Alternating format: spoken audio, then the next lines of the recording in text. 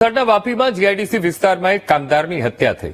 કામદાર સમાધાન પાટીલ અને આરોપી દીપક મંડલ વચ્ચે પૈસાની લેતી દેતીને લઈને ઝઘડો થયો હતો, જેમાં આરોપીએ ગુસ્સે ભરાઈને સમાધાનને પેટના ભાગમાં છરીના ઘા મારી હત્યા કરી નાખી।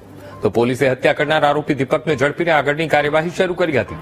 પોલીસને વધુ તપાસમાં જાણવા મળ્યું હતું કે મૃતક સમાધાન પાટીલે આરોપી પાસેથી વાયરિંગનું કામ કરવા માટે શ્રમિકોની માંગણી કરી હતી।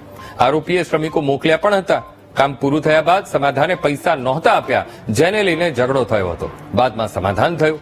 આરોપીને સમાધાને પૈસા આપવા માટે બોલાવ્યો અને ત્યારે કોઈક બાબતે ઝઘડો થઈ જતા આરોપીએ રોષે ભરાઈ સમાધાન પાટીલની હત્યા કરી હતી।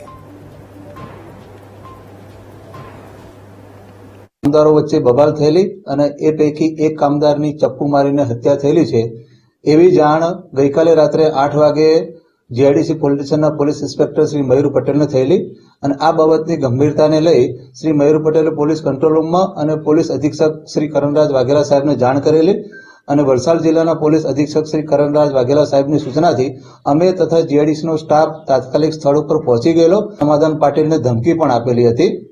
ત્યારબાદ બપોર પછી સાંજના સમયે એટલે આજે બનાવ બન્યો એ સમયે સમાધાન પાટીલ અને દીપક મંડલ ફરીથી કંપની આગળ મળેલા અને આ જ પૈસા બાબતે એમની વચ્ચે બબાલ થયેલી। એ બબાલ દરમિયાન આ દીપક મંડલે પોતાની પાસેનું જે ચપ્પુ હતું, છરી હતી, એ મરણ જનારને મારી દીધેલું અને મરણ જનાર ત્યાં જ મરણ ગયેલા હતા અને એમ્બ્યુલન્સમાં હોસ્પિટલ લઈ ગયેલા, પરંતુ ડોક્ટરે એમને મૃત જાહેર કરેલા હતા। પોલીસે આરોપીને પકડી પાડેલ છે।